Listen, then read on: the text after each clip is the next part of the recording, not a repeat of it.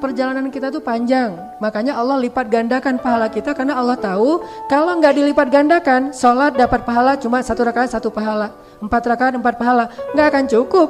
Jangankan di akhirat, di dunia juga nggak cukup. Menghapus dosa-dosa kita nggak cukup, makanya Allah lipat gandakan. Sedekah 700 kali lipat.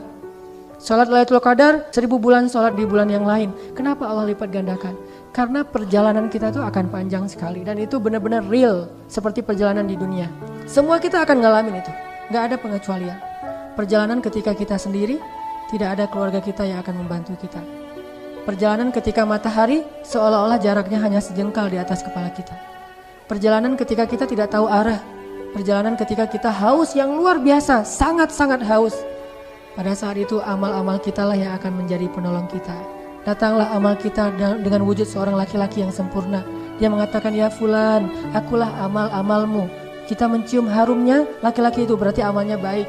Fisiknya sempurna, wajahnya berseri-seri, tubuhnya harum, berarti amal kita itu baik. Kemudian amal kita pergi, ngapain?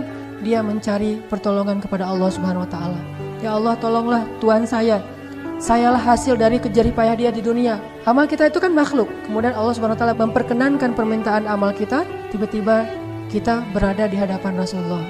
Tiba-tiba kita kok jadi di depan Rasulullah, diajak oleh malaikat, wahai fulan, sini. Dikasih kendaraan, langsung dibawa berhadapan dengan Rasulullah SAW di sebuah telaga. Rasulullah memberikan minuman langsung dengan tangan beliau kepada kita. Bayangin, minum dari tangan Rasulullah SAW. Rasulullah mengambil air di dalam telaga, kita diberikan izin untuk minum. Lalu ketika kita minum air dari tangan Rasulullah itu, kita tidak akan haus lagi selama-lamanya.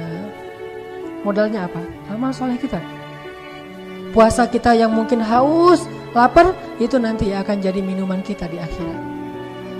Jalan lagi, walaupun haus tapi masih panas, maka amal kita berdoa lagi kepada Allah, ya Allah beri dia naungan. Akhirnya dikasih lagi naungan dari arasy Allah sehingga gak kepanasan. Jalan sampai dihisap. Ketika dihisap, amal kita juga yang akan memudahkan hisap kita.